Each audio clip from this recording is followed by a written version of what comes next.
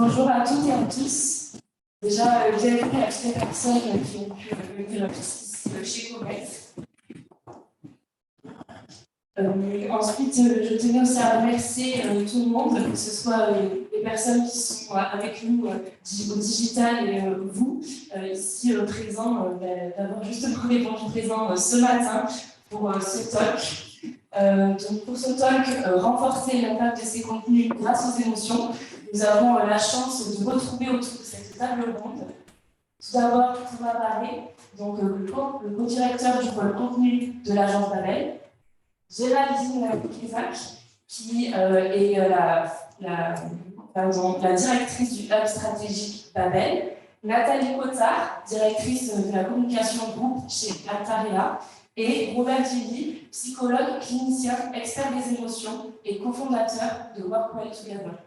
Avant de laisser la parole à Thomas qui va animer ce talk, je souhaitais vraiment vous dire qu'il ne faut pas hésiter, si vous avez des questions lors de l'intervention des invités, donc pour les personnes ici, juste à lever la main, et les personnes sur Zoom, à écrire vos questions directement dans l'onglet Converser.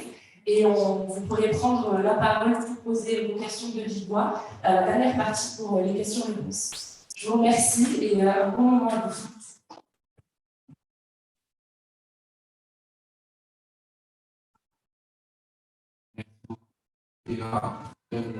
Ravi à tous de pouvoir vous parler du sujet des émotions. Les émotions, c'est à la fois dans la communication une évidence et un trou noir. C'est une évidence parce qu'on a tous la sensation, l'intuition que ça apporte beaucoup à la communication, les émotions. Et c'est une conviction partagée. Et en même temps, c'est un trou noir parce qu'aujourd'hui, personne n'a vraiment une manière, une méthode d'utiliser les émotions dans la communication et dans les contenus. Et c'est le reflet de discussions que j'ai eues avec certains ou certaines d'entre vous, et je ne vois pas exactement qui est connecté, mais quand j'ai évoqué ce sujet avec certains ou certaines d'entre vous, et que j'ai dit qu'on a vraiment la conviction qu'il faut remettre les émotions au cœur des contenus, j'ai eu des « ah bah oui, bien sûr, ah bah c'est évident ». Et ma deuxième question était, et du coup, concrètement, vous faites comment aujourd'hui? Vous le mettez dans vos briefs, vous l'utilisez au quotidien, quelles émotions vous mettez dans votre communication, de vos contenus? Et là, silence.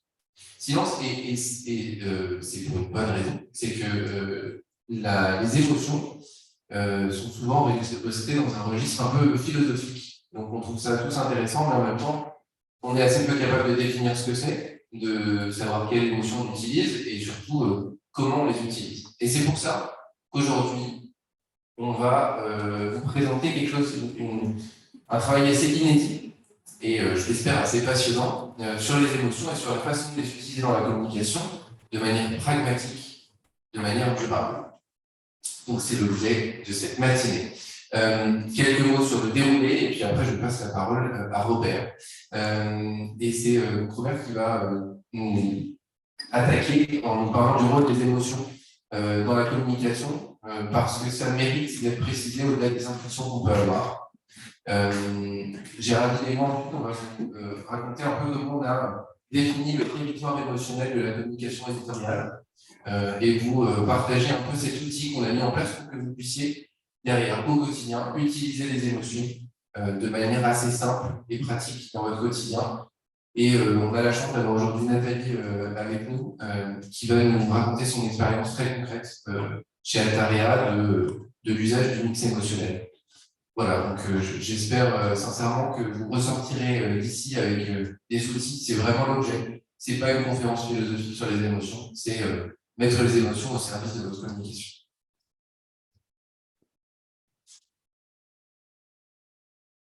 Merci Thomas. Bonjour à toutes et à tous. Robert Gilly. Eva a dit quelques mots me concernant. Je suis psychologue clinicien et ça fait presque 20 ans que j'étudie ce phénomène de l'émotion, puisque on a dit une chose assez intéressante, c'est que quand on parle d'émotion, c'est le trou noir. Le trou noir, ça veut dire qu'on a du mal à se représenter ce que sont les émotions. Donc, on va essayer de clarifier tout ça, sans que ce soit un débat philosophique, et d'essayer de le ramener à des sujets concrets et transposables dans la communication.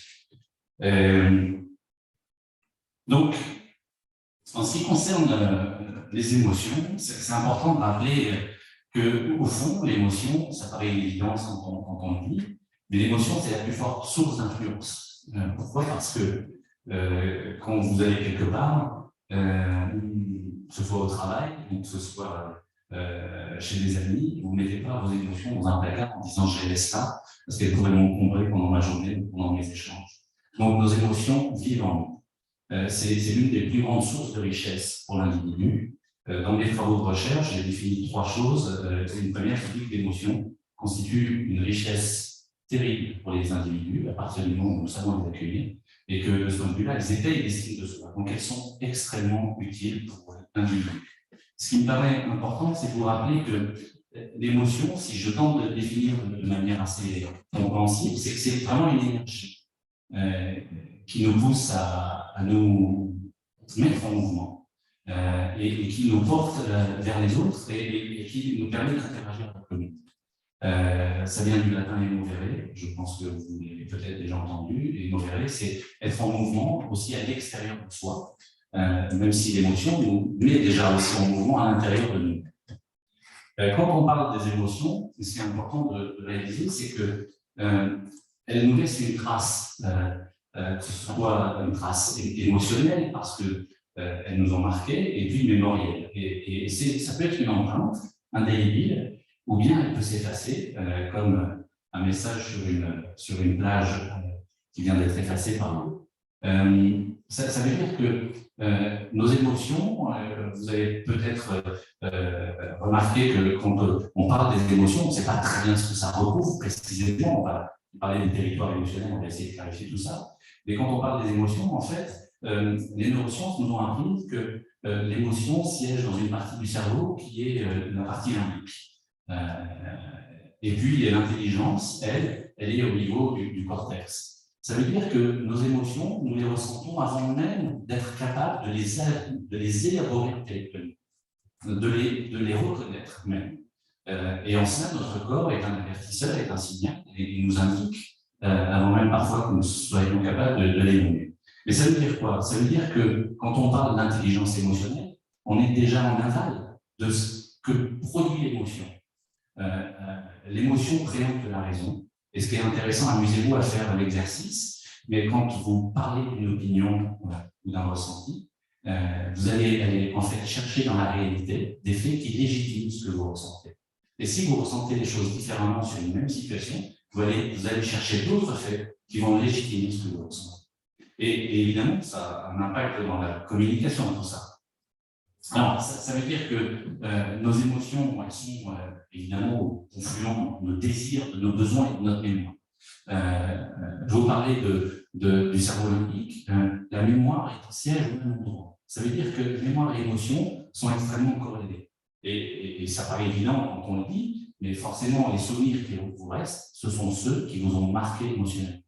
Donc, quelque chose qui ne vous marque pas ne laissera pas de trace. Donc, un contenu sans émotion, potentiellement, vous laissera indifférent. Un contenu qui est chargé émotionnellement aura un impact plus fort et bien sûr, vous restera en mémoire. Donc, il faut comprendre ce phénomène comme étant une source potentielle de mémorisation du message que vous voudriez transmettre.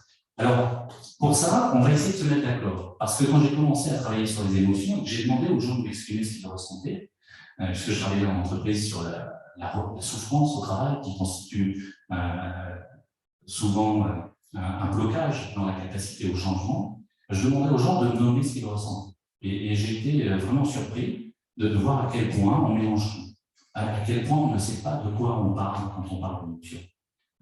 Même entre pairs, moi j'ai des collègues dans le domaine de la recherche sur les émotions, on n'a pas exactement la même couverture de ce territoire émotionnel. Alors, on va essayer justement de clarifier tout ça ensemble, et le premier territoire émotionnel, ce sont nos émotions. Certains vont parler d'émotions dominantes, d'émotions de base, je ne parle que d'émotions. Il y en a 4, c'est la joie, la colère, la peur ou la tristesse. Il n'y en a pas d'autres. Alors, par extension, de manière vulgarisée, on peut parler d'autres termes sous le label d'émotion. Mais pour le spécialiste, ce ne sont pas des émotions. Il y a un autre territoire qui est celui des sensations. Certains confrères intègrent le dégoût comme étant une émotion. Or, le dégoût est une sensation, et comment on peut reconnaître une émotion d'un autre élément qui appartienne à un autre territoire émotionnel? C'est que l'émotion, elle se réduit pas plus qu'à ce qu'elle est. Alors que si vous prenez le dégoût, qui est une sensation, le dégoût, vous pouvez le ressentir, il peut être associé à deux émotions. C'est ça l'indicateur. Je peux être dégoûté parce que quelqu'un va faire quelque chose d'abominable. Ça me dégoûte, et là, l'émotion qui est sollicitée, c'est la colère. Et je peux être dégoûté parce que je suis un enfant et on m'impose de manger quelque chose qui me dégoûte et ça me fait peur de devoir le manger. Donc, vous voyez, par exemple, la sensation qu'elle dégoûte n'est pas une émotion et elle peut être associée à deux autres émotions. Alors, on ne va pas être exhaustif, mais là, on a cité quelques émotions sur les slides, je ne vais pas toutes les dire. Ensuite, il y a un autre territoire qui est celui des sentiments. Le sentiment, comme la sensation, c'est souvent ce que j'appelle des costumes de l'émotion. L'émotion, c'est quelque chose de brut. On a du mal à traiter l'émotion au sens strict du terme. Donc, si on veut parler des émotions, il est plutôt utile d'utiliser les costumes de l'émotion parce que ça les rend acceptables. C'est plus facile de parler d'un sentiment que de parler d'une émotion au sens strict du terme. Parce que l'émotion renvoie à quelque chose d'intime. Et on n'est pas tous aptes à parler de nous ou à accueillir des choses de l'autre qui puissent paraître intimes. Dans les sentiments, évidemment, il y a plus beau des sentiments qu'est l'amour. Et puis, souvent, quand je pose la question, je dis l'inverse de l'amour, c'est quoi? Parce qu'il y a quelques personnes ici.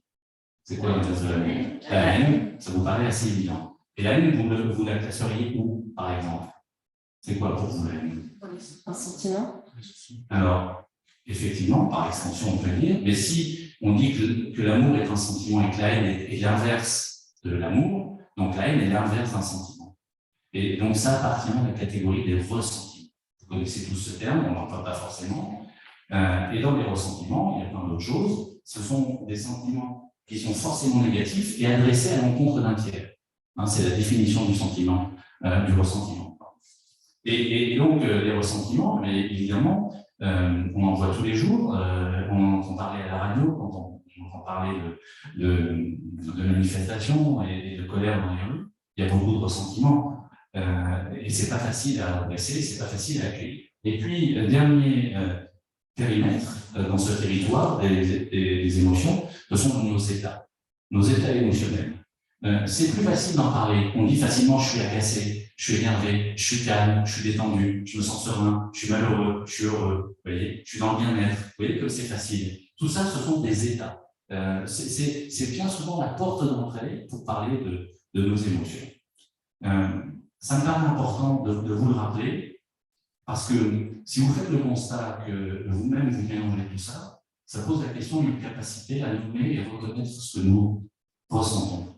Et dès lors que nous avons quelques difficultés à le faire, nous avons quelques difficultés à entrer en communication avec les autres.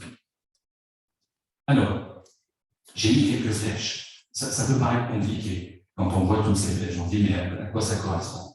En fait, ce qui est intéressant quand on pose ce territoire, c'est de comprendre que l'émotion, elle est au cœur de ce système. Ce sont nos émotions qui alimentent tous ces états, tous ces sentiments, tous ces ressentiments et toutes ces sensations que nous avons. Et que nous avons aussi un autre mot que nous utilisons, ce sont des ressentis. La caractéristique du ressenti, et c'est extrêmement important en communication, c'est que le ressenti, pour quelqu'un qui le ressent, est incontestable. Ce qui veut dire que quand je ressens quelque chose, si je me sens bien quelque part et que quelqu'un me dit « oh non, c'est nul », je vais le vivre comme une attaque personnelle potentiellement. Et c'est extrêmement important parce qu'en communication, quand vous contestez le ressenti de quelqu'un, ça va créer de la rupture dans la communication. Si vous êtes attentif à tous les conflits que vous pouvez rencontrer autour de vous, y compris dans la communication, c'est quand quelqu'un arrive avec ses ressentis et les impose aux autres, comme si c'était la réalité commune. Parce que dès lors qu'on ressent quelque chose, on se dit que c'est vrai. Et si c'est vrai, c'est la réalité.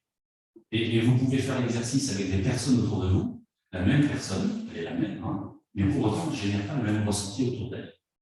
C'est pas parce qu'elle est différente avec chacun, c'est parce que vous avez un filtre émotionnel qui vous appartient, qui est le fruit de votre histoire personnelle, et qui constitue un filtre entre vous et cette personne. Et la communication et la relation, c'est le produit des interactions émotionnelles. C'est ce qui fait que chaque relation, chaque communication a sa signature qui lui est propre. Et c'est quand on dit ça, vous voyez que ça donne quelques petites indications sur comment on peut traiter la communication quand on veut tenir compte de ces émotions. Alors, je vais simplifier le graphique en mettant que 4 flèches. Je vais parler de la colère, parce que la colère, on peut alimenter un état qui sera la frustration. Et puis, qui sera une sensation qui peut être le dégoût, on l'a vu tout à l'heure. Et puis, un ressentiment qui peut être la haine. Et un ressentiment et un sentiment qui peut être la frustration.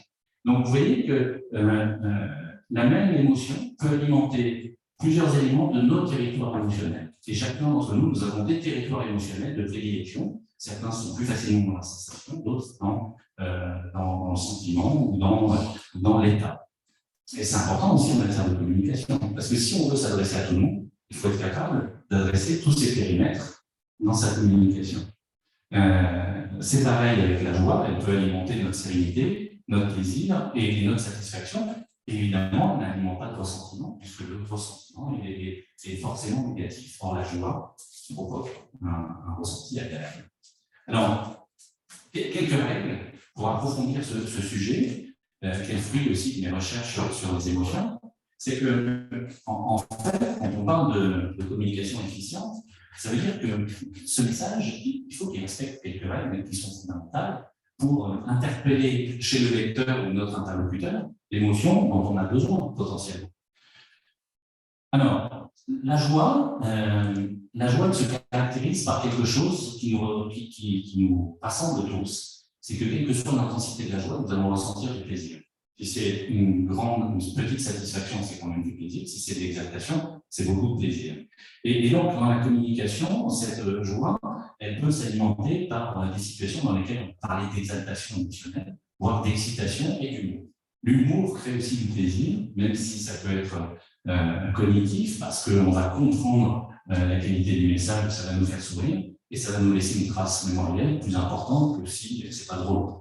Là, je suis pas très drôle, je ne sais pas si vous allez vous souvenir de moi.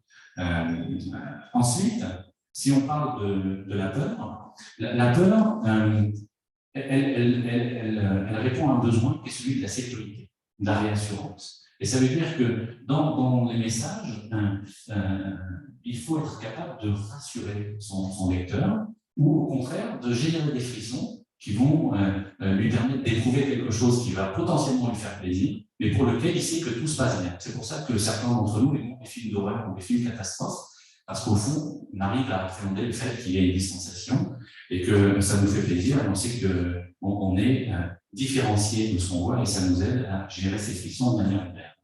La colère, elle répond à un besoin fondamental qui est l'équité, la parité. Vous savez, quand on est en colère, c'est parce qu'on trouve que quelque chose est injuste et on a envie de le réparer. Et donc, c'est important dans la communication d'être capable de dire, ben voilà, il y a des choses, qu'est-ce qui va alimenter notre colère et qui va nous faire agir pour acheter un produit, par exemple. Ben, si j'ai envie d'avoir le même produit que quelqu'un, ça va susciter quelque chose qui peut être de la jalousie si c'est une frustration, ou juste une envie positive, parce que je me dis j'ai envie de lui ressembler, parce qu'en plus, ça colle à quelque chose qui répond à une quête salutaire. Et donc, la colère alimente tous ces besoins que nous avons de rééquilibrer les préjudices dans le monde. Et puis, il y a la tristesse. La tristesse, c'est probablement l'émotion la plus délicate à gérer. Et il y a un très très bon moyen, et les marketeurs s'en sont très bien emparés, c'est d'utiliser la nostalgie. La nostalgie qui est un état émotionnel et qui a pour particularité de vous renvoyer à une perte, c'est-à-dire que vous avez perdu quelque chose, ça vous manque, mais pour autant le souvenir en est très agréable. Et c'est grâce à ce phénomène qu'on a réussi à vous sortir des produits d'antan que vous êtes très heureux de vous racheter. Il y a par exemple nos fameux disques unis qui avaient disparu pendant un temps et on est vraiment sur la nostalgie.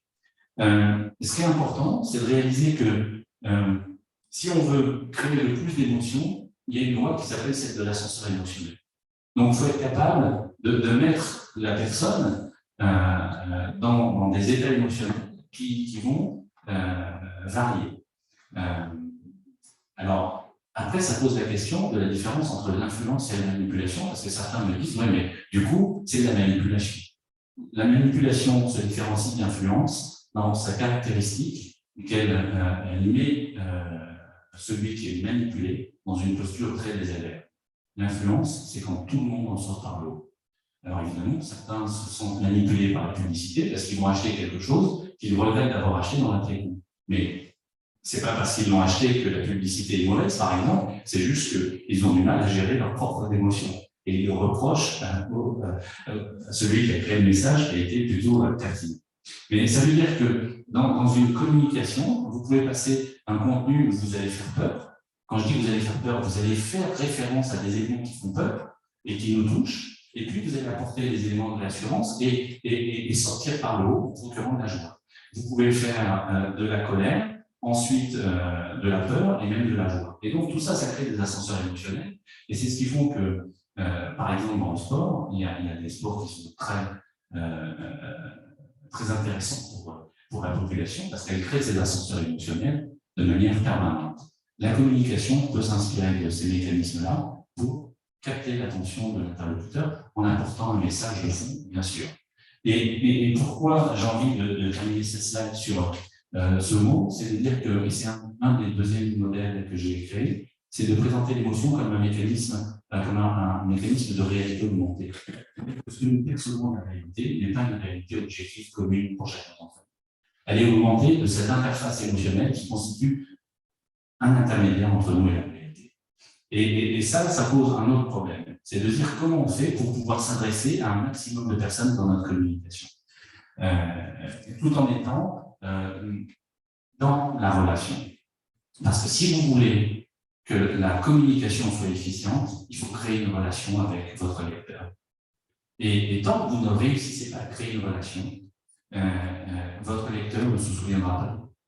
La communication, il faut l'identifier comme étant une personne. Et si moi, je veux, en tant que lecteur, être accaparé ou intéressé par ce que je lis, il faut que ça crée du lien. Et ce lien, il n'est pas toujours facile à créer parce qu'on n'est pas tous pareils. Il y a des communications qui peuvent être fonctionnelles ou dysfonctionnelles.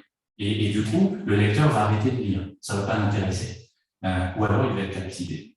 Il y a 3 dimensions qui sont importantes, qui font que chacun d'entre nous, on n'adressera le monde de la même façon en tant que lecteur. Il y a une première dimension que j'ai appelée le réel. Le réel, c'est ce qui fait que chacun d'entre nous, on n'est pas tous attachés de la même façon au réel. Le réel, c'est ce qui nous confronte au résultat. C'est ce qui est tangible, mesurable, concret.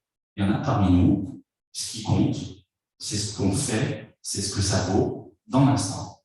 Et donc, ils ont besoin de preuves pour être conquis par une communication. D'autres, ils sont dans l'imaginaire. C'est un imaginaire qui n'est pas péjoratif, c'est un idéal, voire une utopie. Et c'est quelque chose qui nous projette dans un futur qui peut nous faire rêver, mais qui rend ce futur compatible avec nous. Et chacun d'entre nous, on n'est pas apte à se projeter dans ce futur de la même façon. Et puis, une troisième dimension, que j'appelle la dimension symbolique. La dimension symbolique, certains d'entre nous sont plus sensibles à ce qu'on appelle les signaux faibles, aux intentions. Dans le réel, on est attentif à l'action, au résultat. Dans la symbolique, on est attentif à l'intention. On va capter les signaux faibles. On va interpréter entre les lignes. Donc, votre lecteur, quand il va voir un mot, il va se le représenter à sa façon. Mais ça, vous ne le maîtrisez pas, parce que c'est le fruit de son histoire personnelle. Mais vous voyez bien que quand on parle de communication, chacun d'entre nous, on investit ces dimensions et posez-vous la question pour vous-même. Qu'est-ce que j'investis plus? Le réel, l'imaginaire ou le symbolique? Quand je lis quelque chose, est-ce que j'ai besoin de données tangibles? Est-ce que j'ai besoin que ça me transporte dans un futur possible? Ou est-ce que ça me donne une signification qui est proche de ce que je suis ou de ce que je voudrais que le monde soit? Et donc, on n'est pas tous égaux face à ça. Et il n'y a pas de dimension péjorative. Mais donc, on n'est pas sensible aux mêmes choses. Donc, ça veut dire que la communication doit prendre en compte ces 3 dimensions pour pouvoir capter le maximum de personnes. Mais évidemment, et je vais terminer là-dessus, c'est que l'émotion, c'est quelque chose de subtil. Depuis 20 ans que je travaille sur le sujet, on ne peut pas se permettre d'adresser le sujet de l'émotion si on est grossier avec l'émotion. L'émotion, c'est quelque chose de subtil qui fait que chacun d'entre nous, nous sommes des êtres distincts. Et pour autant, chacun d'entre nous, on n'est pas animé par les mêmes ressorts. Et donc, ce qui est important, c'est de savoir doser l'émotion. Parce que s'il n'y a pas assez d'émotions, c'est ça qu'on a vu tout à l'heure. Et on va laisser aucune trace. S'il y a trop d'émotions, ça peut mettre mal à l'aise. C'est-à-dire qu'imaginez que tout d'un coup, je vous parle en mettant plein d'émotions. Je suis emballé, c'est génial ce qu'on est en train d'évoquer. Non, franchement, c'est super. Non, vous voyez, imaginez que je sois là-dedans, vous allez dire, oh, il en fait trop, il n'est pas crédible. C'est comme un mari qui tout d'un coup se met à couvrir sa femme de mots d'amour, alors qu'elle n'est pas habituée. Elle va se dire, mais qu'est-ce qui se passe? Et en fonction de son émotion dominante, elle va se dire, qu'est-ce qui me cache, ou qui me cache, ou qu'est-ce qu'il veut faire de moi? Moi, je n'ai pas besoin d'être prisonnière de ses sentiments, ou bien je ne mérite pas tout ça. Et c'est ça qui est important. C'est que si on veut traiter de la communication, il faut être sincère dans les messages qu'on construit. Et pour être sincère, il faut donner du sens. Et c'est fondamental. Et donc, on est là en train de travailler de manière précise, comme vous voyez, j'ai mis une toque, parce que c'est comme quand on fait une pâtisserie. C'est presque au gramme près. Tout à l'heure, il a très rapidement dit que j'étais le fondateur, je ne sais plus, de Work Well Together. Work Well Together, ce sont des algorithmes que nous avons mis au point parce qu'on a découvert que la relation, c'est la production de nos interactions émotionnelles et on peut les évaluer de manière très fine. Et donc, on a mis au point un questionnaire qui est extrêmement précis chirurgicalement pour pouvoir mesurer chez chacun d'entre nous le produit des interactions émotionnelles.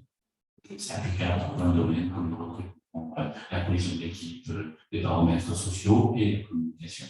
Voilà, je voulais juste parler de tout ça avec vous pour poser un cadre qui me semble important.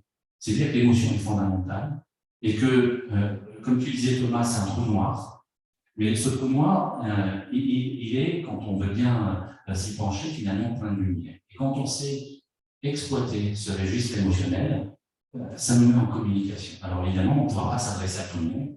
C'est ça la difficulté. C'est que quand on parle d'émotion dans les messages, on doit faire des choix précis parce qu'on ne peut pas émouvoir tout le monde. Parce qu'on n'est pas tous sensibles aux mêmes émotions. Et donc, il faut savoir qu'on ne va pas toucher tout le monde, mais que ceux que nous allons toucher, c'est ceux-là, il faut bien les toucher. Et en sincérité, que ça fasse résonance avec ce qu'ils sont. Je vous ai juste remis une autre manière d'exprimer les territoires émotionnels. Voilà, j'ai terminé. Je vous remercie et j'espère que vous allez encore vivre de belles émotions pendant ces instants à l'intime. Merci.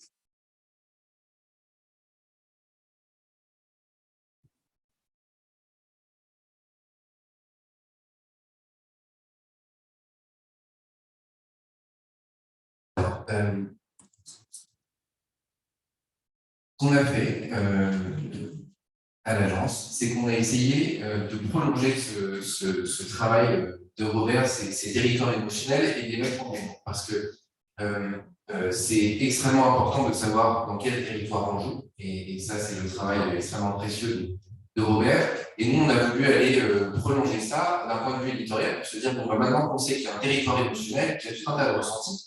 Comment on va aller chercher? Qu'est-ce qu'il y a derrière chaque mot que vous avez vu sur les slides? Et quelles sont les émotions qu'on va jouer quand on est Nike, quand on est EDF, quand on est telle ou telle marque. Et c'est pour ça qu'on a fait 3 choses. Et c'est ça qu'on veut vous raconter aujourd'hui, ce matin. On a fait un travail pour définir chacune des émotions, et je vais être plus précis pour être en phase avec Robert, des ressentis. On a défini tout un territoire de ressentis émotionnels qui est le spectre avec lequel chaque marque peut jouer. Et vous allez voir qu'il y a 17 ressentis émotionnels positifs qui sont autant de notes qu'une marque peut choisir de jouer dans sa communication. Et puis, au-delà de la définition des émotions, on a posé un outil qu'on va vous présenter ce matin, qui est assez unique et qui, on espère, va être au cœur de vos problématiques éditoriales, qui est le mix émotionnel, c'est-à-dire le composé d'émotions qui va constituer le cœur de votre communication éditoriale. Parce que chaque marque n'a pas vocation à aller mobiliser tous les ressentis émotionnels possibles. Chaque marque doit trouver son territoire émotionnel et l'utiliser. Et puis, on va vous montrer la mise en pratique de ce mix émotionnel pour que vous voyez concrètement comment ça aide à orienter la production éditoriale au quotidien à repenser une stratégie éditoriale, à réorienter une refonte d'écosystème. Alors, le territoire émotionnel, vous avez vu que sur les slides il y avait beaucoup de possibilités, beaucoup de sentiments, d'état. On a décidé de simplifier, ou en tout cas de cadrer d'un point de vue éditorial, ce territoire avec 17 ressentis positifs et 10 négatifs. Et on va maintenant se concentrer sur les positifs. Non pas que les ressentis émotionnels négatifs ne soient pas utiles en communication, et on va donner des exemples, mais ce qu'on veut, dans un premier temps, c'est que les marques définissent leur corpus émotionnel positif, parce que c'est d'abord la première clé d'une communication. Chacun de ces ressentis émotionnels positifs, on a étudié, creusé et posé des définitions, parce que quand on dit que c'est un trou noir dans la façon d'appréhender les territoires émotionnels, et puis derrière, ce n'est pas évident de définir chacune des émotions. Si je vous dis, pouvez-vous me définir ce que c'est que la joie, pouvez-vous me définir ce que c'est que la satisfaction, l'étonnement, la nostalgie, le soulagement, c'est pas évident et on n'a pas tous la même définition. Et la question derrière, évidemment, c'est comment susciter ces ressentis émotionnels. Et donc, ça a été un gros travail qu'on a fait. On ne va pas vous faire une présentation des 17 ressentis émotionnels, ça serait un petit peu long, mais on va en passer quelques-uns pour vous montrer un peu ce travail qu'il y a derrière et pour que vous voyez que ce sont des éléments qu'on peut s'identifier. Donc, on va vous en présenter 5 ce matin. Alors, par exemple, l'amusement. L'amusement, c'est un des 17. L'amusement, c'est quoi? C'est ce qu'on ressent quand on vit des événements distrayants, divertissants, drôles. Jusque-là, rien de surprenant. Comment on fait pour jouer sur l'amusement? Le déclencher. Ça passe par tout un tas de manières, et pour le coup, c'est un des ressentis émotionnels qui a la palette la plus large. Évidemment, assez intuitivement, on pense à l'humour. L'humour, c'est évidemment un driver très fort. L'humour, c'est en même temps une prise de risque, parce que vous n'êtes jamais sûr d'être drôle, c'est le principe. Mais cet amusement, il peut passer par la façon de raconter les coulisses de l'entreprise. Il peut être, et on vous donne des exemples assez concrets pour que vous voyez que ce n'est pas de la théorie. L'amusement, ça peut être ce qu'on appelle paradoxalement du satisfying content, mais qui, pour un acteur industriel, peut être le mouvement fascinant des machines industrielles. Ça génère une forme d'amusement de voir les process industriels et les machines dans leur chorégraphie. Ça peut être l'univers sonore d'une salle de marché, qui peut être aussi un élément extrêmement distrayant et amusant. Ça peut être évidemment la touche d'humour dans une communication commerciale. L'amusement, c'est un ressenti émotionnel qui peut être utilisé en mineur. On va utiliser une fois de temps en temps, et on peut prendre l'exemple de la RATP qui fait des gifs assez rigolos une fois de temps en temps, qui rebaptise le nom de ses stations pour faire des clins d'œil. Et ça peut être le cœur d'une communication. Et évidemment, vous les reconnaîtrez, leur driver de communication. Donc eux, ce n'est pas une valeur secondaire qui joue, c'est le cœur de leur communication commerciale qui est conçu à base de jeux de mots, de gifs, de clins d'œil. Et on voit bien qu'ils vont, pour le coup, définir un territoire qui est extrêmement fort et qui marche très bien. Mais l'amusement, ça peut aussi se jouer dans un rapport annuel.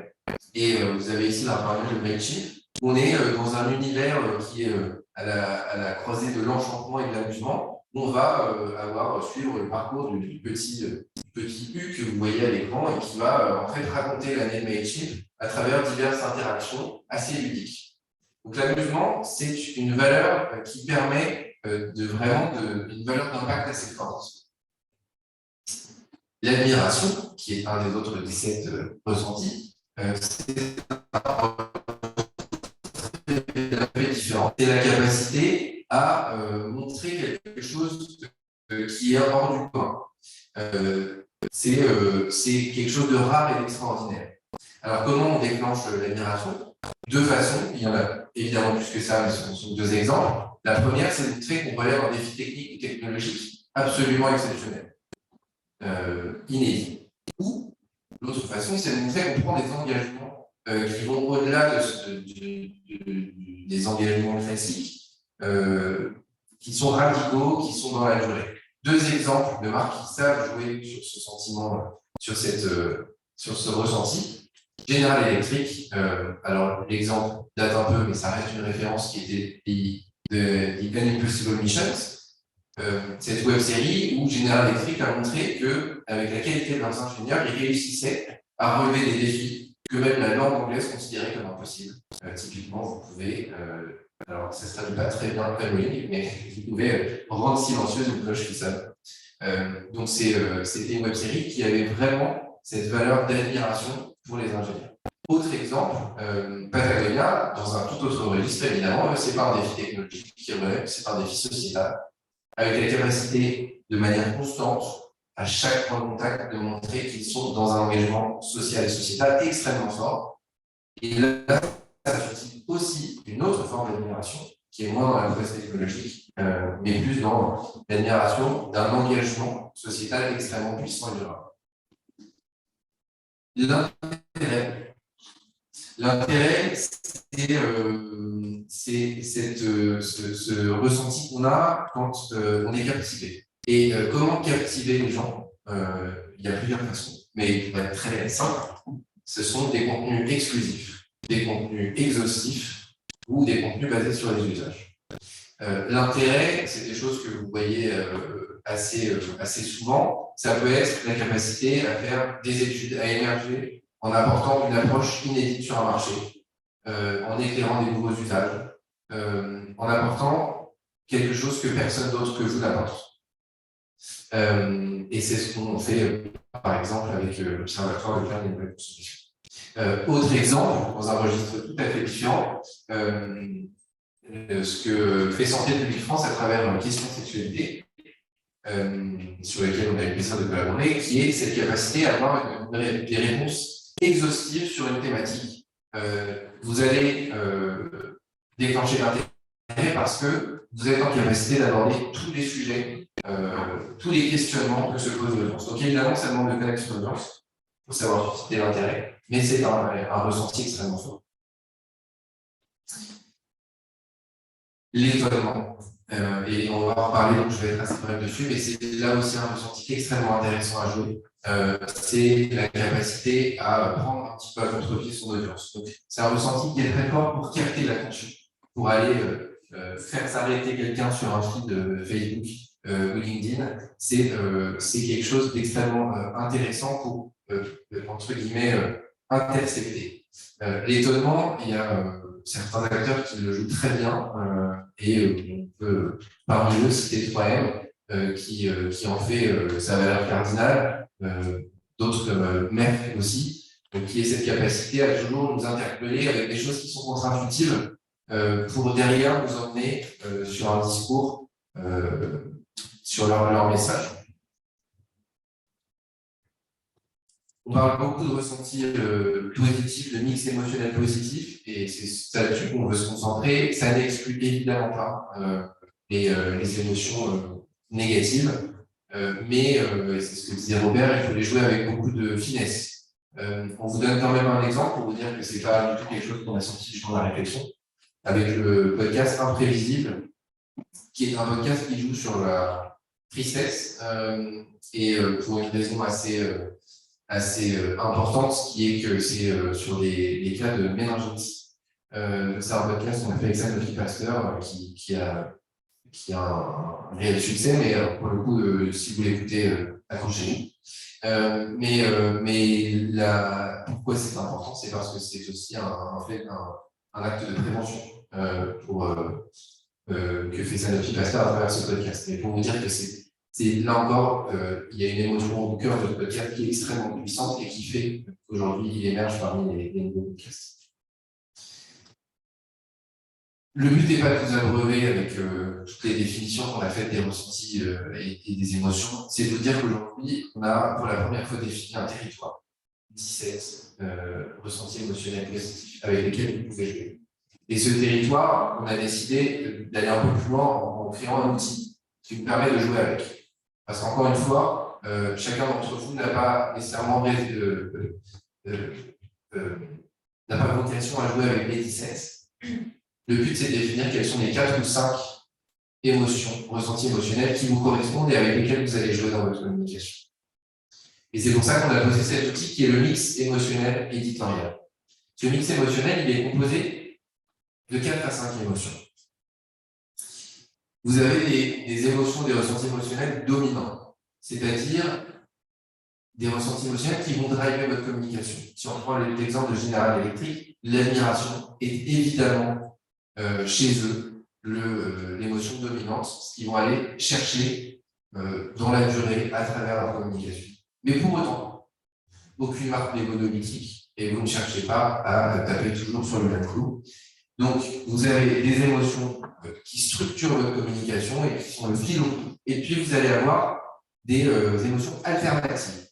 Et quand on dit alternatives, c'est que ce sont des choses peut-être un peu plus radicales, un peu plus décalées, qui sont des pas de côté et qui vous permettent d'émerger par moment, d'événementialiser votre communication, de frapper un coup un peu opportuniste, mais intéressant. Exemple très concret, la RATP, évidemment, n'a pas comme être sur l'amusement, parce que la première chose qu'on voudrait, c'est que les métros arrivent à l'œil et du souci.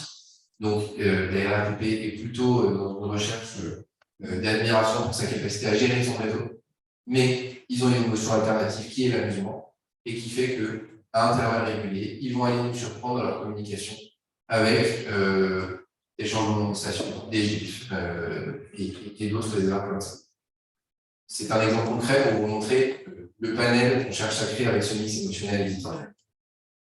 Comment on construit ce mix émotionnel et puis juste après, on va avoir des exemples de mise en pratique de ce mix émotionnel. Le mix émotionnel, des choses qui viennent de votre marque. Alors évidemment, la plateforme de marque, qui est finalement l'identité même de la marque. C'est la plateforme de marque, c'est aussi votre stratégie, vos enjeux stratégiques. Vous allez voir qu'on va en parler beaucoup. Donc, tout ce qui vient de chez vous et qui vous définit, parce que le mix émotionnel éditorial, il doit vous ressembler. Évidemment, il intègre la perspective de vos... Enfin, il intègre vos concurrents du marché. On n'ira pas demain discuter avec McDonald's et leur dire que concurrent du mix émotionnel, il faudrait être amusement, parce qu'évidemment, Burger King l'a présenté. Donc, on ne peut pas s'affranchir de regarder ce que font les autres et de trouver un mix émotionnel qui vous correspond et qui vous singularise.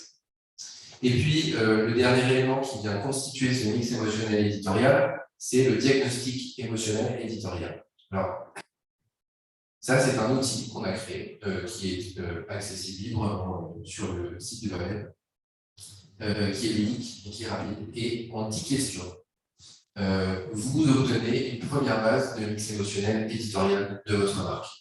L'idée, c'est que cet outil, ça soit un outil de discussion dans l'entreprise, au sein de la communication et plus largement, pour poser les bases d'un mix émotionnel éditorial. C'est-à-dire qu'au-delà de la théorie de la plateforme de marque, au-delà de l'approche marché, il y a quelque chose qui doit venir des équipes, de vous, de la marque, mais des gens, pour définir ce mix émotionnel, parce qu'il doit ressembler à ce que les gens vivent au sein de la marque.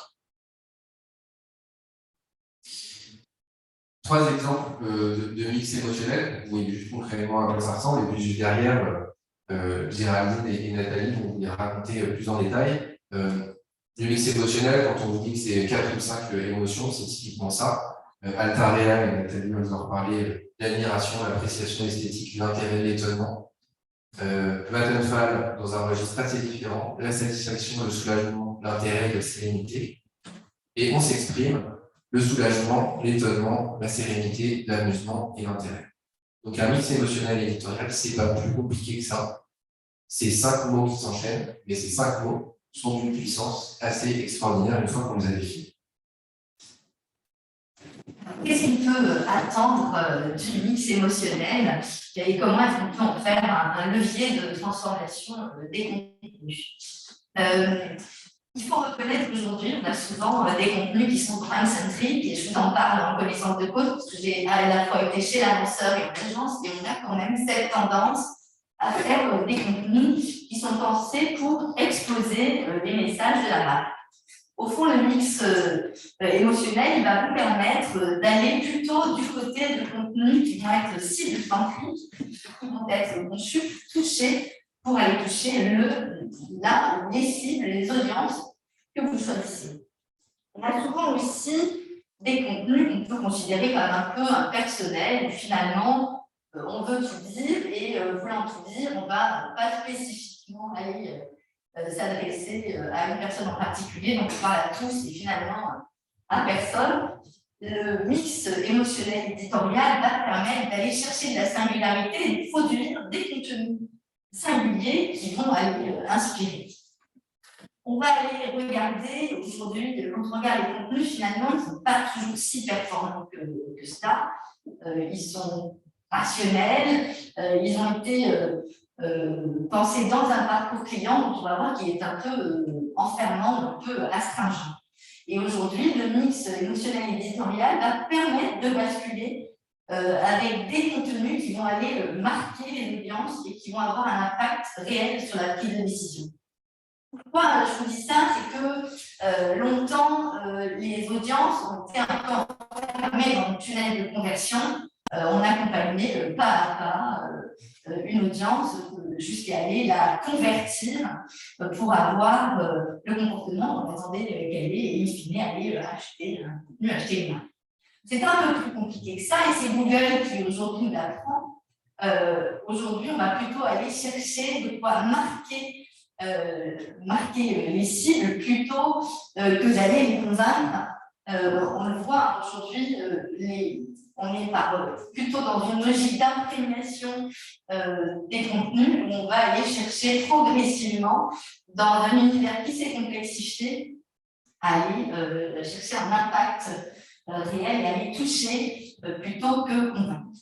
Et puis, quatrième impact qu'on va attendre du mix émotionnel éditorial, c'est qu'aujourd'hui, on a quand même des contenus pléthoriques de qualité inégale. Quand on est dans une direction de la communication, on a une programmation éditoriale qui peut être un peu dictée par l'interne parce que à ce moment-là, on est face à un élu, on est face à une association, on est face à un public interne, face à un directeur qui va suggérer à la communication d'aller pousser un contenu parce que vraiment quand même c'est très intéressant et que cette association est importante ou ce sous-traitant ou ce sujet. Et au fond, le mix émotionnel éditorial va permettre d'aller resserrer les contenus et d'aller y apporter de l'homogénéité parce qu'on va définir une grille et cette grille, elle va aller nous aider à piloter les contenus. Donc ça, ce sont les 4 vertus, en tout cas les 4 points de bascule qu'on va pouvoir aller attendre en constituant un mix émotionnel éditorial qui soit propre à la marque. Je vais vous parler d'un exemple qui est Vattenfall. Vattenfall, vous savez, c'est un opérateur d'électricité suédois qui va aller jouer sur un registre émotionnel, il va aller chercher la satisfaction et le soulagement en majeur. Vattenfall, donc en Suède, ils ont enclenché une révolution assez forte dans leur mix énergétique et ils prennent un engagement bas carbone, ils se fixent un objectif extrêmement ambitieux qui est qu'à l'horizon de la prochaine génération, ils auront totalement renoncé aux énergies fossiles. Je vous rappelle qu'on est en Suède, on est au pays de Greta Thunberg et c'est pas tout à fait neutre, puisqu'ils font face à une génération qu'ils qualifient d'éco-anxieuse, qui va être en quête de solutions très concrètes. Et Vattenfall va aller à la fois jouer de la satisfaction, puisqu'elle va leur apporter des réponses tangibles, des réponses qui vont les convaincre qu'ils font les bons choix, va les satisfaire leurs réponses, satisfaire les questions que cette génération éco-anxieuse se pose, et ils vont aller chercher le soulagement dans leur cible. Alors, ce qu'ils ont fait, c'est qu'ils sont allés chercher, à travers une plateforme, de quoi apporter des réponses à cette génération éco-anxieuse. Et on a découvert à cette occasion avec Thomas, il y avait des psychologues climatiques en Suède qui étaient à même de pouvoir calmer l'éco-anxiété des nouvelles générations. Alors, ils ont produit énormément de contenus, des contenus qui s'adressent à cette génération, des contenus à base d'études, à base d'enquêtes assez fouillées. Il y a des entretiens, c'est très initialité. Donc, on a une base extrêmement solide avec des réponses ciblées. Et puis, ils ont fait quelque chose qu'on n'avait pas beaucoup vu. Ils sont allés produire avec Spotify des playlists. Ils sont allés aussi chercher des contenus vidéo pour tuer un petit peu à la racine l'angoisse des jeunes en apportant des réponses avec des témoignages, mais aussi des contenus musicaux à même d'apaiser l'anxiété de ces jeunes générations en proie à cette éco-anxiété en Suède. Je passe la parole à Nathalie qui va nous raconter le cas Altarea.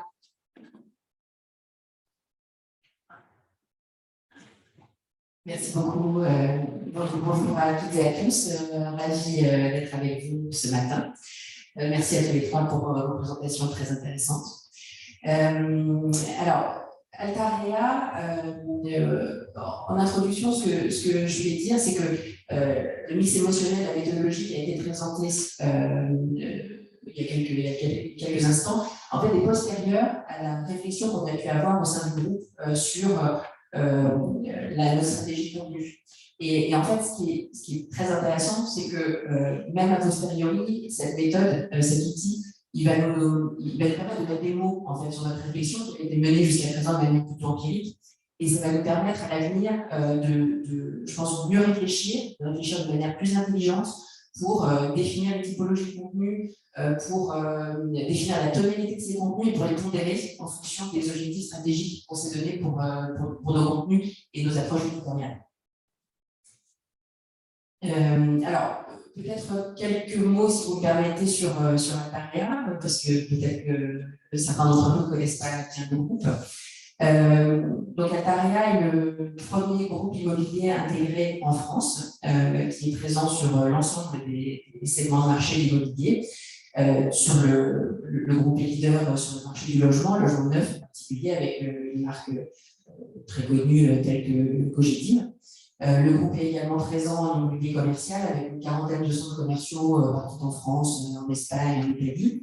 Et enfin, Altarea est aussi leader dans l'immobilier de bureau, avec des réalisations très emblématiques. Vous connaissez évidemment la Tour First, qui est la plus grande tour de France, qui soit la Défense, qui a été réalisée par le groupe. Et plus récemment, le siège monde d'Orange, le nouveau siège monde d'Orange, qui est ici.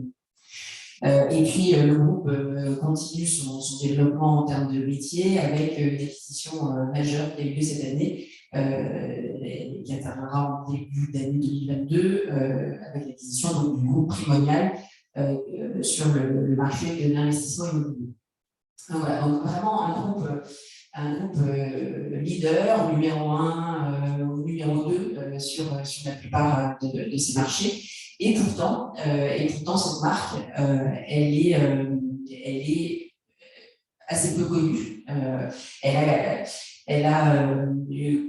groupe a connu une croissance exceptionnelle. En fait, c'est une marque qui a un groupe qui a une trentaine d'années, un petit peu plus, et qui en fait s'est développée très rapidement, une success story, c'est vraiment une saga entrepreneuriale tout à fait exemplaire, et qui donc, comme je le disais, est assez peu connue. Tout ça, c'est lié à une culture d'entreprise, une culture plutôt de l'humilité et de la discrétion, au fait que le choix qui a été fait en termes de stratégie de marque, ça a été plutôt de donner de la visibilité aux marques commerciales, que j'ai précédemment, ou bien aux marques des centres commerciaux. Et donc, en fait, la marque Altarea, elle est restée positionnée sur un territoire très corporate et très financier. Et or, il y a environ 1 an et demi, il y a eu vraiment une réflexion de fond sur je pense, cette marque groupe Altarea, en se disant quand même, on voit qu'il y a un potentiel, un capital de cette marque qui est extrêmement puissant, avec cette histoire, cette saga entrepreneuriale hors norme, ces réalisations emblématiques, et pourtant, il faut que ce capital soit mieux exploité et qu'on en fasse une force, un atout pour convaincre nos différentes parties prenantes, pour s'adresser à une partie prenante, notamment auprès des élus. Et des élus, et aussi, bien sûr, tout un enjeu de travail sur la marque employeur, à un moment où le groupe atteignait une taille critique, avec une croissance aussi forte en termes d'effectifs. Et donc, voilà, il y a eu cet alignement, ce constat, de se dire qu'il faut vraiment travailler non seulement sur le positionnement de communication de la marque, mais travailler à ce rayonnement en termes de contenu. Comment est-ce qu'on va donner quelle tonalité et quelle stratégie de contenu on va définir pour cette marque.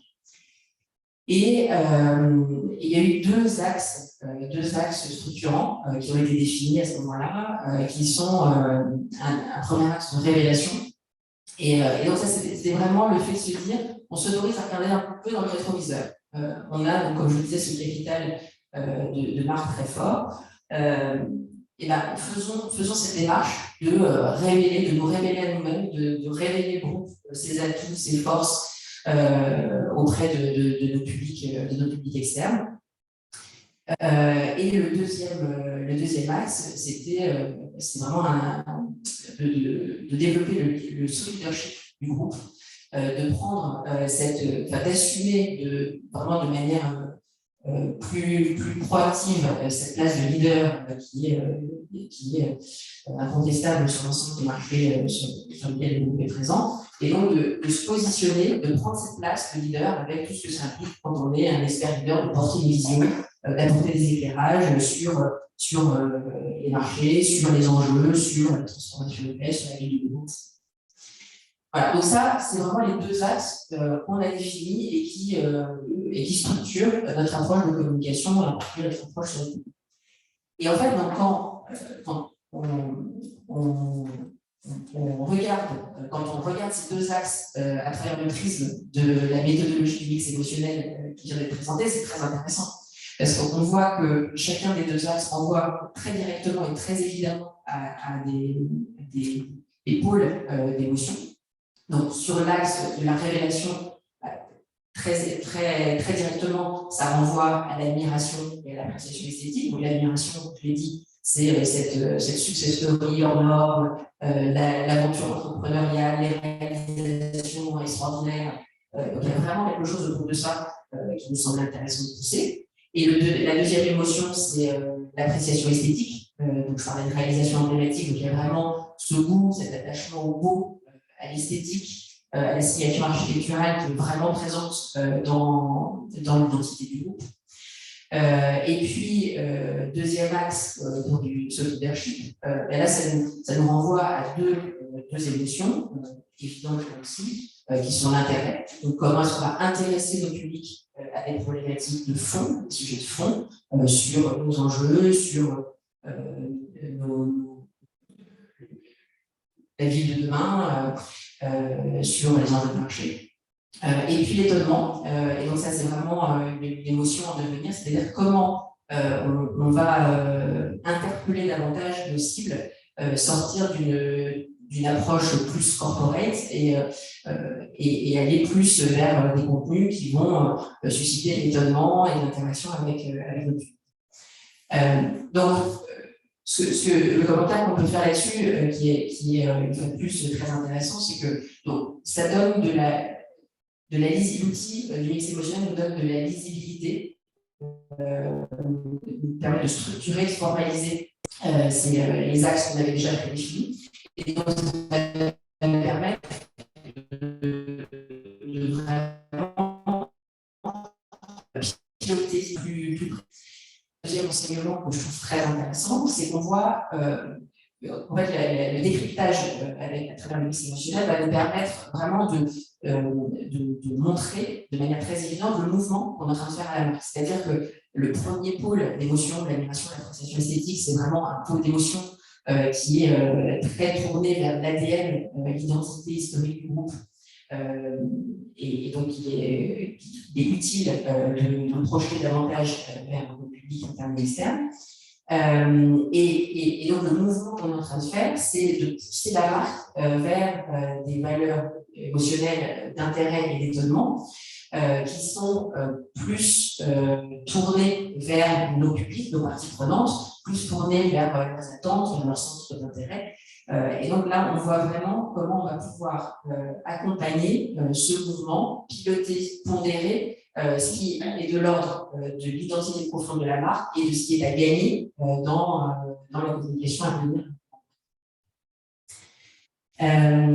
Donc, très concrètement, je voulais vous montrer l'application de cette approche à partir d'un magazine qui est tout nouveau. Le premier numéro est sorti en juillet de cette année.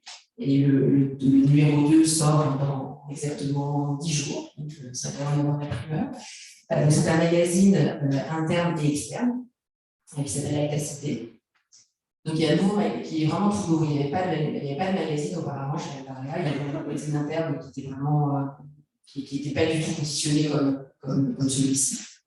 Et donc on peut regarder à travers les contenus de ce magazine, comment on illustre les différentes émotions que j'ai citées précédemment.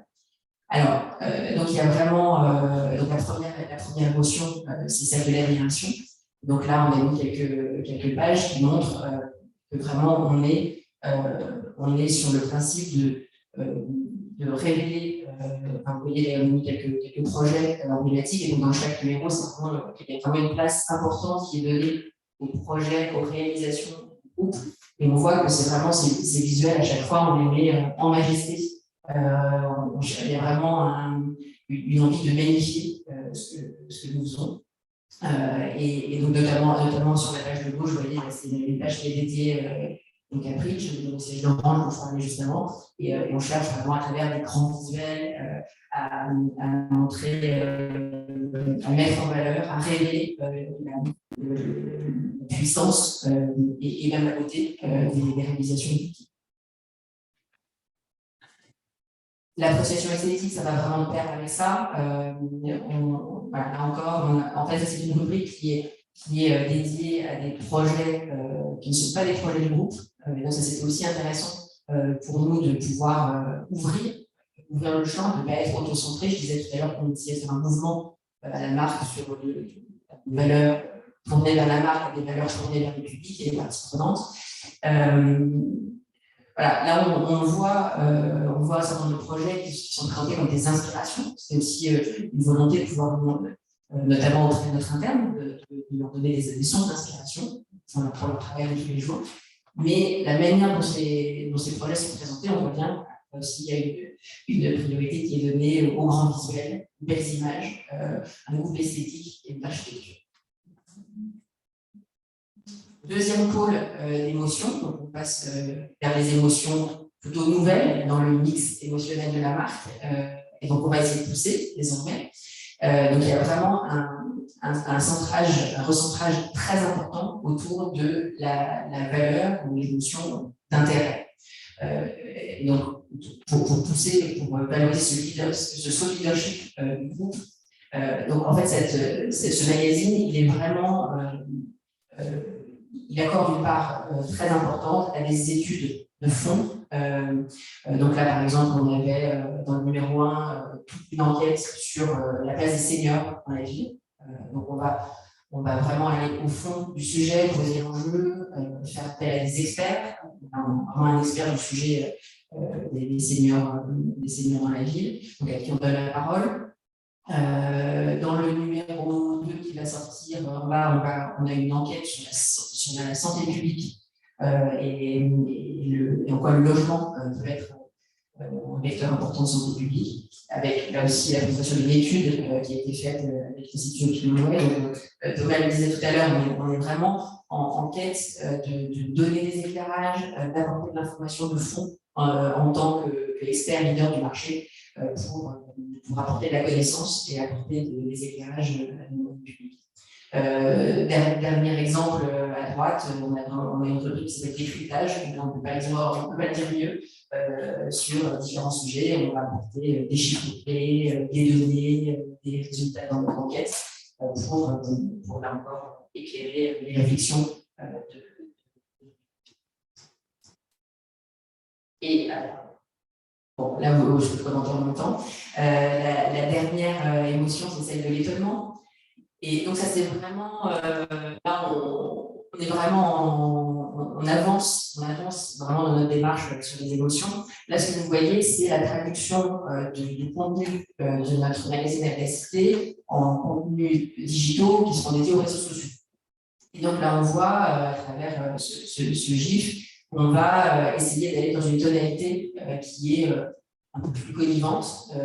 Et donc, ça aussi, c'est très intéressant parce que c'était pas du tout, très peu dans l'ADN de la marque, il y a plus de financière. Et là, ce qu'on s'autorise, c'est d'aller encore plus loin pour créer plus de relations, plus de proximité avec l'interne ou l'externe. Et donc, puisque, je voudrais conclure là-dessus, comme il s'agit d'émotions, c'est vraiment le sujet du jour, je trouve que là, on arrive vraiment au bout de cette réflexion.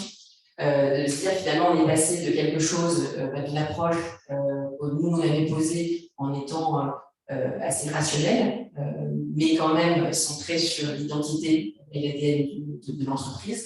Et là, on voit bien qu'on va aller vers quelque chose de plus relationnel et de plus en lien avec les attentes et comment on va créer une émotion dans la relation avec nos publics. Voilà, je vous remercie. Merci. Merci beaucoup Nathalie pour ce partage d'expérience. Juste quelques mots pour finir et puis après on va évidemment prendre vos questions avec grand plaisir. On vous a montré quelques exemples d'usage de mix émotionnel éditorial, juste pour vous balayer rapidement quelques autres exemples et quelques témoignages sous forme de verbatim de personnes qui n'ont pas pu être là, mais qui en ont l'usage au quotidien. Juste pour vous dire que le mix émotionnel, pour nous, on place vraiment au cœur des fondamentaux éditoriaux, que c'est un des éléments qui constituent les bases d'une bonne stratégie éditoriale maintenant, et que le mix émotionnel, il a ce pouvoir d'influence, évidemment pas seulement sur le tone of voice, c'est ce qu'on vient de voir, mais sur la façon de penser les contenus, la ligne éditoriale, les formats et les thématiques. Alors concrètement, le mix émotionnel, vous l'avez vu, il sert à repenser les formats, les magazines, des écosystèmes. Peut-être juste deux verbatims qui sont intéressants. L'EDEC, la directrice de la communication EDEC, avec qui on travaille en ce moment pour la refonte de ce site et de la stratégie éditoriale, qui, et je pense que ça résonne pas mal avec ce que disait Nathalie, qui nous dit que le mix émotionnel l'aide à transcrire sa raison d'être en prise de parole volontariste, engageante et impactante. Pour vous dire en deux mots ce qu'on a fait, et c'est les voyez à droite, on a travaillé un mix émotionnel avec l'EDEC, un atelier avec toute la direction de la communication, grâce au diagnostic émotionnel que vous pourrez faire en ligne. On a atterri sur une valeur sur cinq émotions qui sont maintenant au cœur des réflexions éditoriales, et on en a déduit en fait une architecture de contenu pour le site et des formats de contenu. Donc vraiment le mix émotionnel a été le point de départ de la réflexion et il permet de transcrire la raison d'être et le plan strat finalement dans une réflexion contenu opérationnel. Autre exemple, et ici Claudine est là, je le sais, parce que je sais qu'Anna n'est pas là, c'est l'accompagnement qu'on fait autour de la refonte de tout l'écosystème s'exprime, qui est donc un site et un écosystème dédié aux jeunes de 12 à 18 ans sur la sexualité. Et là, l'exemple est intéressant parce qu'il vient compléter ce qu'on est en train de se dire et rebondir. Ce que Anna apprécie dans le mix émotionnel, c'est que ça permet de cadrer finalement l'écosystème en donnant une colonne vertébrale à l'ensemble des canaux. De savoir sur quel canal on joue quelle émotion plus ou moins fortement. Et surtout, ça crée une grille de lecture, et j'aime beaucoup cette dernière phrase qui est: vous avez un doute sur un contenu, est-ce qu'il est en phase avec les mix émotionnels? Non, c'est peut-être que le bas blesse. Donc c'est devenu pour elle aujourd'hui un outil, une grille qui permet de se dire si un nouveau format ou un contenu est intéressant ou est-ce qu'il est gratuit. Et peut-être que dans ce cas-là, ça ne vaut pas le coup de le faire.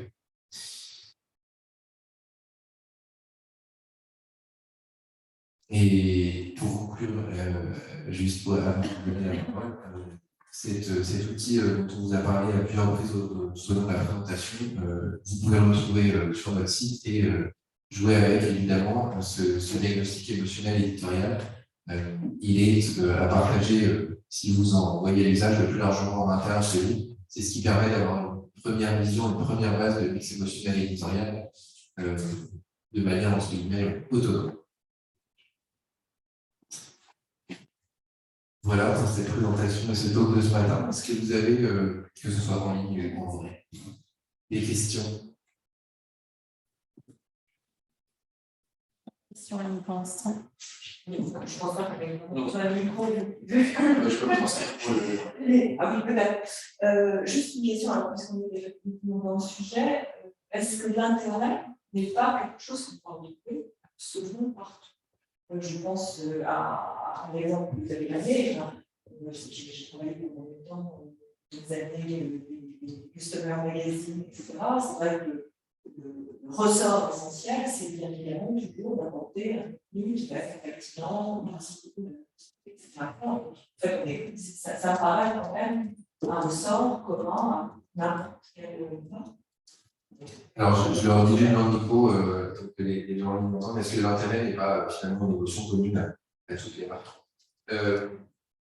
La réalité, c'est d'abord oui et non. Intuitivement, c'est vrai qu'on dit tous qu'un contenu doit être intéressant.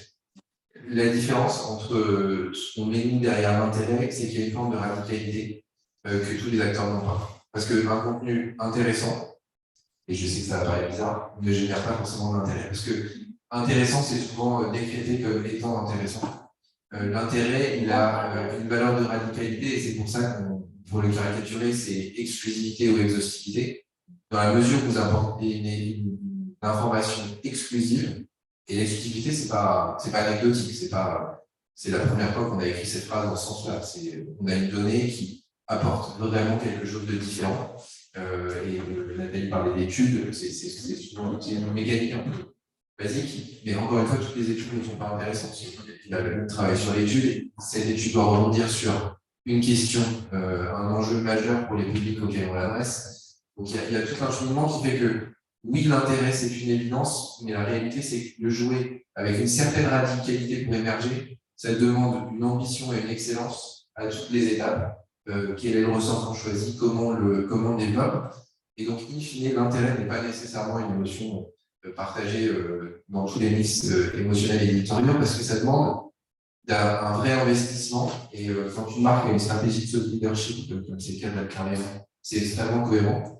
Quand une marque n'a pas cette vocation-là, l'intérêt devient une émotion presque sans intérêt, c'est-à-dire qu'elle est un peu factice, exactement. Donc, oui, ça peut faire partie quelque part des bases, et en même temps, si on dit que le contenu n'est pas intéressant, c'est sûr qu'il faut le flaguer, mais en tant que tel, l'intérêt demande une certaine radicalité, une certaine excellence dans l'exécution pour être réussie, et à ce titre-là, elle n'est pas valable pour toutes les marques. Bien sûr.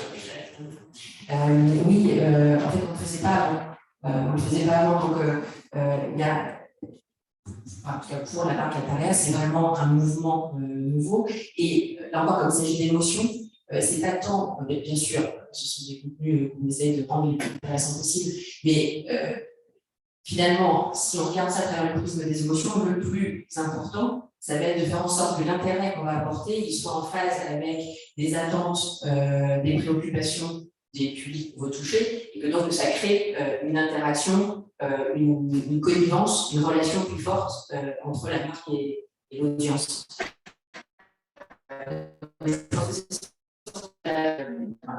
Voilà,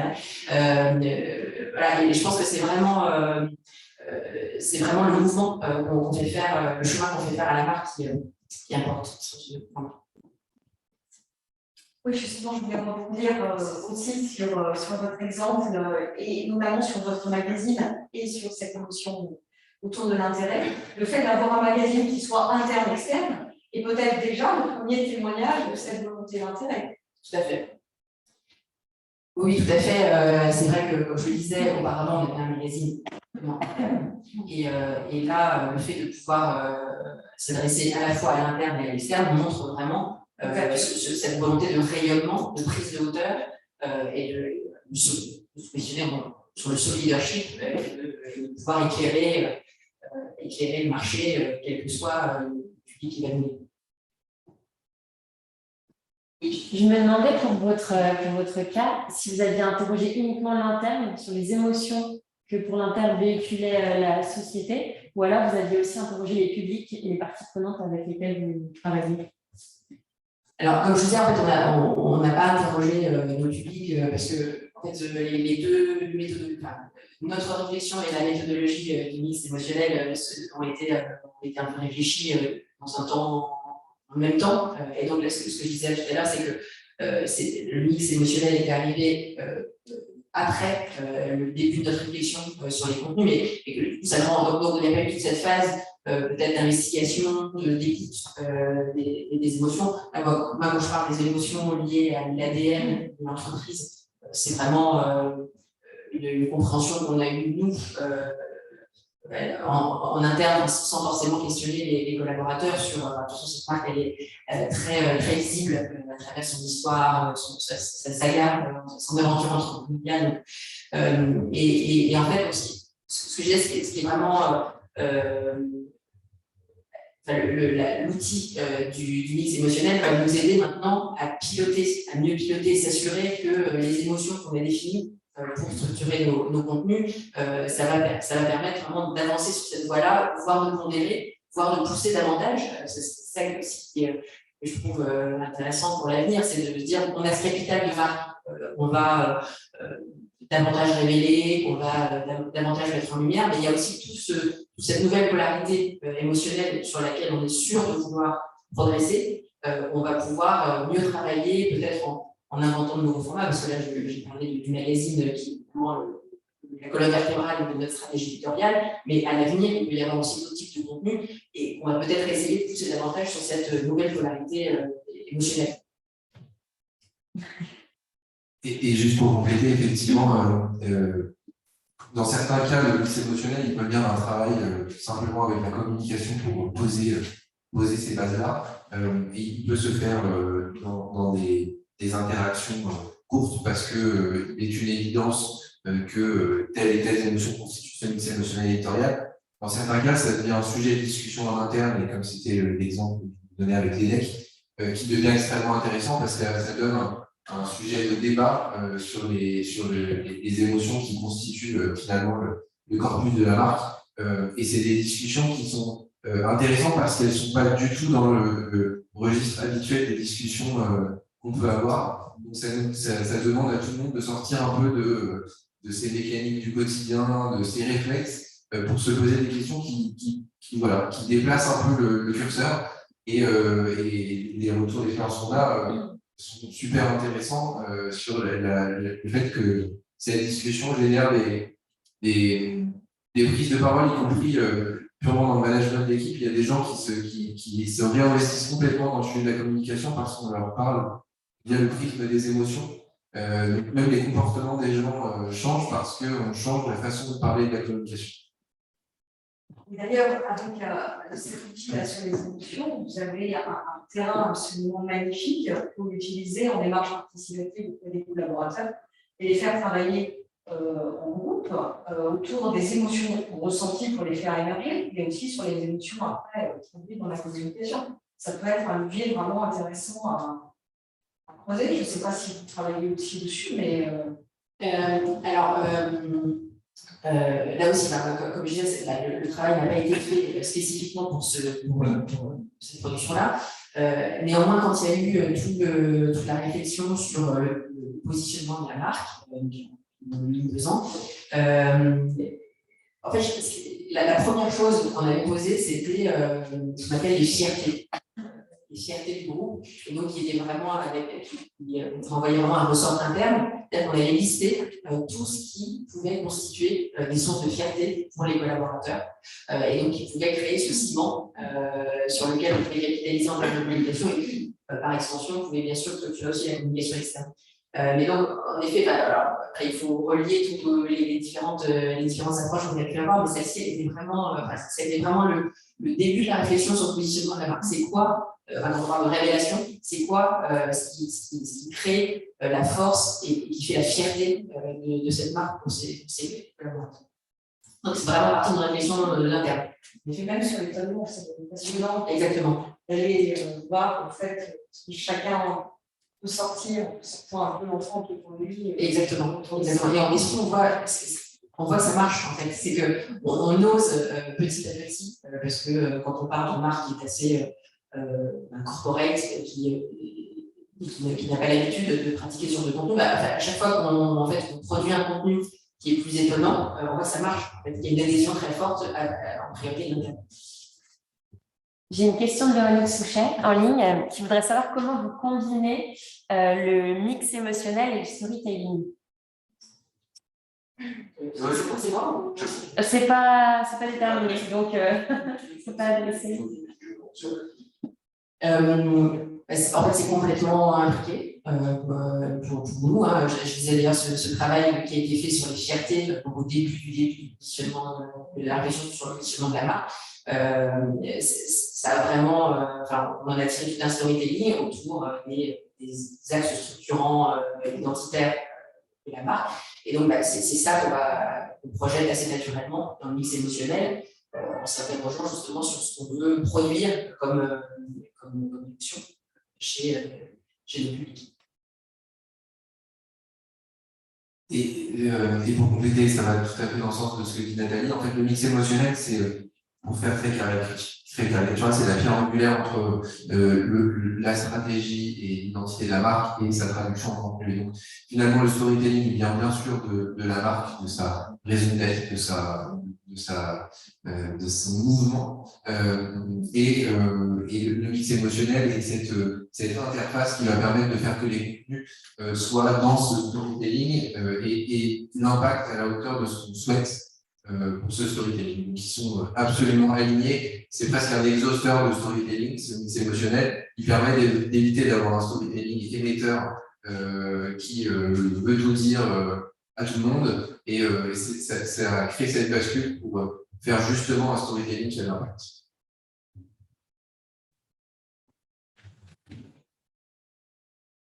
Il me semble intéressant de constater ici, et merci Nathalie de témoigner de tout ça, et Roux d'avoir mis en place ce mix émotionnel, mais vous voyez que ce qui est important, au final, c'est comment la marque incarne véritablement l'émotion qui la concerne, et le mix émotionnel favorise cette émergence-là. Et la manière dont vous l'avez traité, en plus, semble tout à fait utile et précieux, parce que, au fond, vous-même, quand vous en parlez, vous le faites avec une grande sincérité. Et ça nous touche et ça donne du sens, et ça donne de la cohérence. Et c'est ça qui est important. C'est de pouvoir être aligné en matière de communication, et le travail sur ce mix émotionnel et relationnel est précieux pour ça.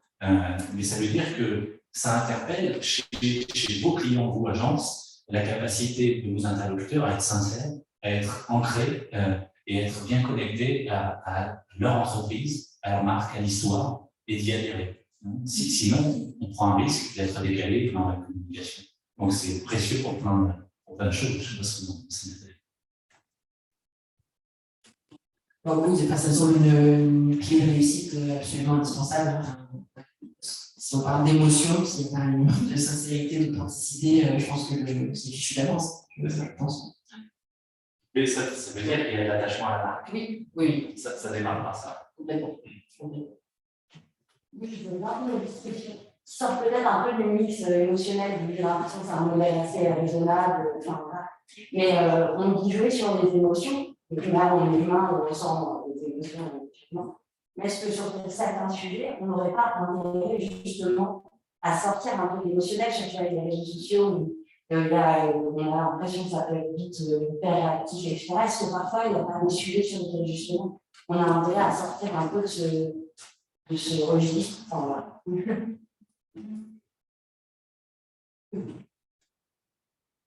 Alors oui, il ne faut pas être tout émotionnel, Robert le disait au début, c'est un équilibre à jouer, il faut le nuancer. Après, pour être honnête, j'ai l'impression qu'on part parfois de loin avec les marques, parce que le registre émotionnel sur les réseaux sociaux, il est présent, il est toujours présent d'ailleurs. C'est rarement les marques qui sont à l'origine de ce registre émotionnel, c'est plutôt les individus. Nous, on a le sentiment, partagé ou pas, mais que les marques, l'émotion a toujours été présentée par la publicité. En fait, la publicité n'a pas attendu aujourd'hui pour mettre de l'émotion. Ça n'a pas toujours d'ailleurs été théorisé. Mais les contenus, depuis longtemps, sont essentiellement informatifs, sont pensés pour convaincre. Il y a évidemment plein d'exceptions, vous en avez montré certaines. On a plutôt le sentiment que les contenus de marque ont besoin de remettre de l'émotion plutôt que de se calmer. Donc, oui, c'est une question d'équilibre. Après, en général, les contenus de marque partent un petit peu en retrait sur le registre émotionnel. Donc, il y a encore, on sent qu'il y a vraiment du potentiel dans ce domaine-là. Vas-y. J'ai un exemple en tête qui est celui d'une marque d'assurance qui a joué un univers souvent réputé extrêmement complexe, qui a joué plutôt la sérénité et le soulagement en offrant une landing page qui est extrêmement claire.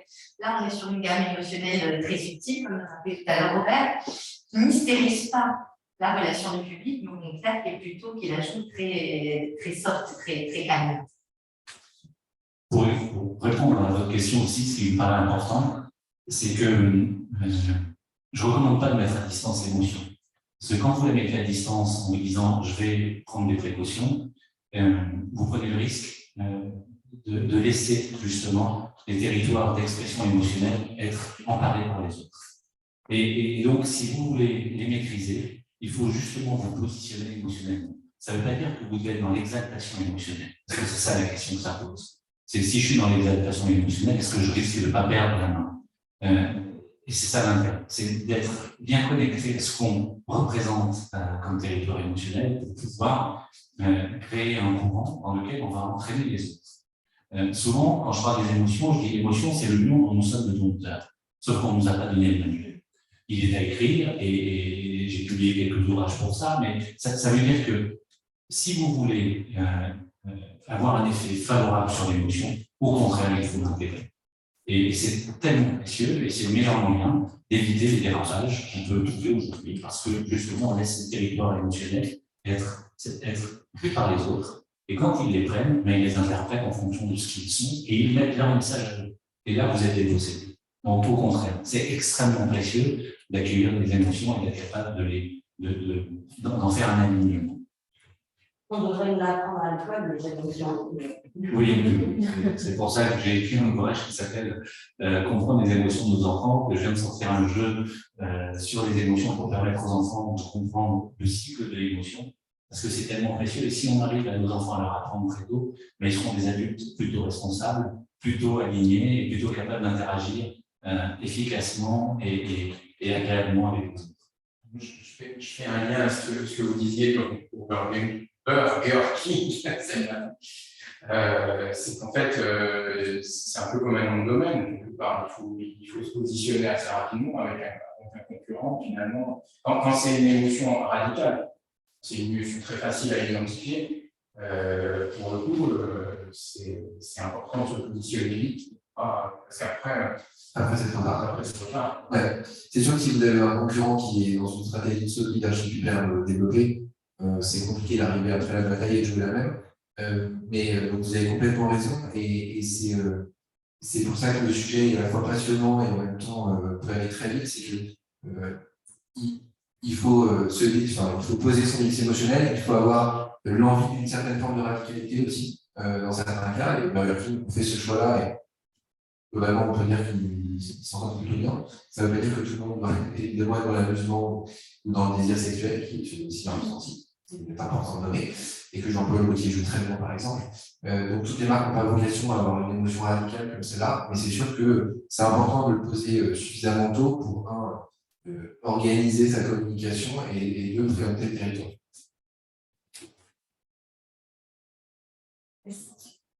Est-ce que on pourrait aller jusqu'à se dire que ce mix émotionnel peut être intégré à la question de l'eau? Parce que tout à l'heure, il y avait Samia, compétence déductible. les plateformes ont vocation aussi à évoluer. C'est pas j'en parle et c'est tel que vous l'expliquez, ça me paraît être complètement en relation, pratiquement en cohérence avec ce qu'est fondamentalement, et moi, c'est voir des notes comme émission. Une excellente question que je fais pour la raison suivante. Je suis passionné des conclusions. Et je pense que vous avez complètement raison. Et que le mix émotionnel est en fait le pont entre la plateforme de marque et les contenus. Et que ça pose la question si le pont doit pas remonter à la plateforme de marque. Après, moi, d'un point de vue très égoïste, je suis passionné par les contenus et je pense que là où il a le plus d'impact à court terme, c'est dans l'éditorial. Et que c'est pour ça que je pense que c'est d'abord un outil éditorial. Mais ça ne. Voilà, c'est là où il y aura un effet de levier le plus fort à court terme. Et en fait, le fait de faire remonter les mix émotionnels à la plateforme de marque, ça a un petit risque que ça devienne un élément parfois théorique et moins pratique. Et je pense qu'en mettant à ce stade au niveau des contenus, on en fait l'effet de levier le plus fort pour la marque. Mais voilà, votre question est donc absolument légitime et je préfère qu'on joue avec dans les contenus. Vous savez, on cherche le lien entre la plateforme de marque et la stratégie éditoriale. Donc, si ce pont existe, effectivement, c'est vraiment entre les deux. Et du coup, c'est une très bonne nouvelle. C'est ça. C'est pour ça qu'il ne faut pas que les contenus soient dépossédés de ce mix émotionnel qu'on a appelé éditorial. Effectivement, avec cette réflexion-là. Après, on peut rajouter une petite case dans la plateforme de marque, ça ne descend personne. Mais son impact majeur reste dans les contenus.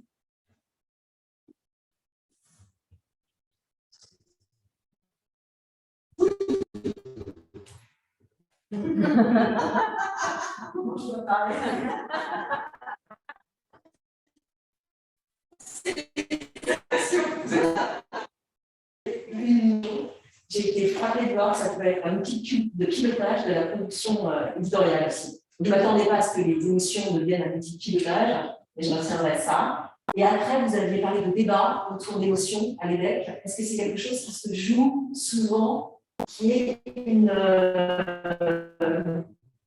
des débats, on a choisir du mix émotionnel? Est-ce que ça peut être le révélateur de tensions existantes en interne? Alors, jusque-là, on a plutôt des consensus.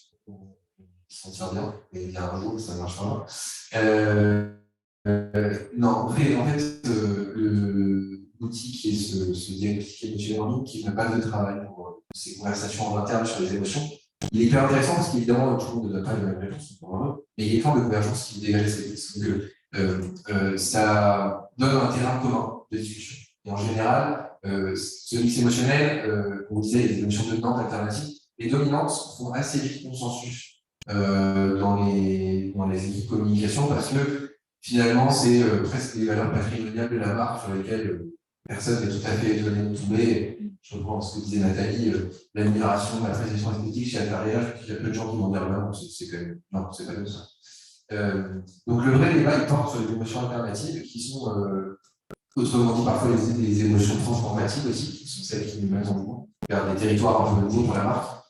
Et ça, c'est des discussions qui peuvent prêter à débat, mais qui sont finalement les débats les plus intéressants. C'est où est-ce qu'on va et comment on le transcrit, quelle émotion on veut jouer pour aller plus loin dans notre relation, développer cette relation avec le public. Mais c'est des débats qu'on a jusque-là, enfin, je parle aussi sous le contrôle de Gérald qui a fait des ateliers avec moi, qui ont été très constructifs.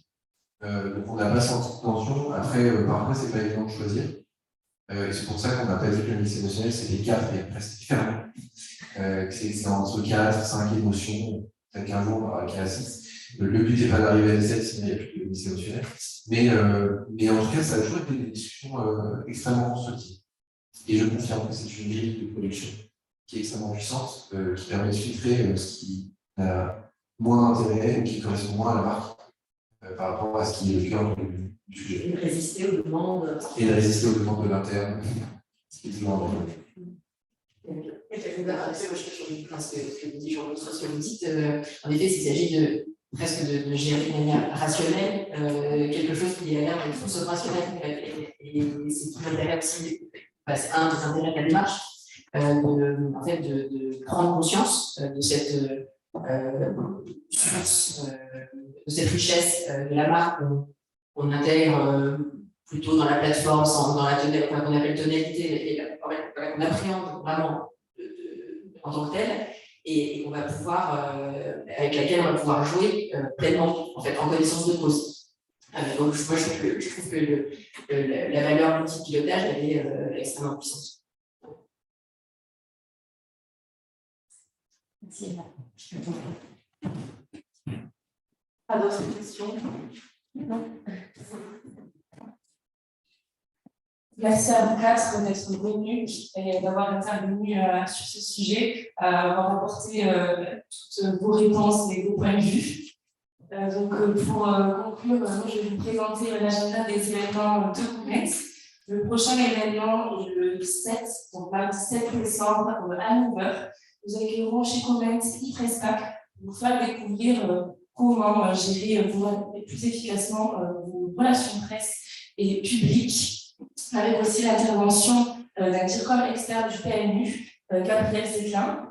Ensuite, le lendemain, on vous donne également rendez-vous chez Comet, toujours à la même heure, à 9h. Et cette fois-ci, ce sera autour de Kantar, de venir ici. C'est l'axe diversité, parité et inclusion qui souhaite vous éclairer sur la place et l'évolution des représentations du handicap dans les publicités de marque.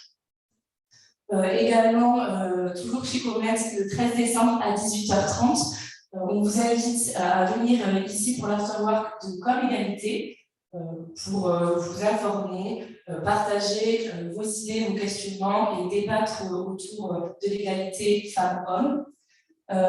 Ensuite, il y avait DIRCOM dans la salle. Vous serez peut-être intéressé à venir échanger autour de la place qui est de plus en plus importante de la communication dans les organisations, le mardi 14 décembre à 8h30. Pour ça, on va vous partager une étude faite par l'agence Proche et le témoignage de 2 autres DIRCOM. Enfin, si vous vous demandez comment et s'il est possible que la communication et la RSE soient compatibles, liées ou en opposition, on vous invite à venir à la maison de la conversation le 2 février à 18h.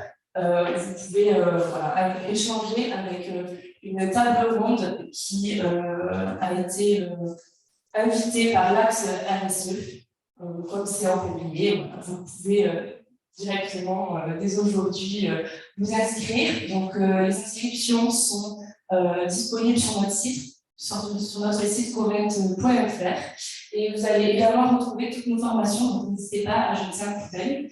Merci à vous toutes et tous pour votre participation, votre écoute, et pour les personnes ici présentes, je vous laisse maintenant passer le petit déjeuner si vous avez faim et soif. Merci.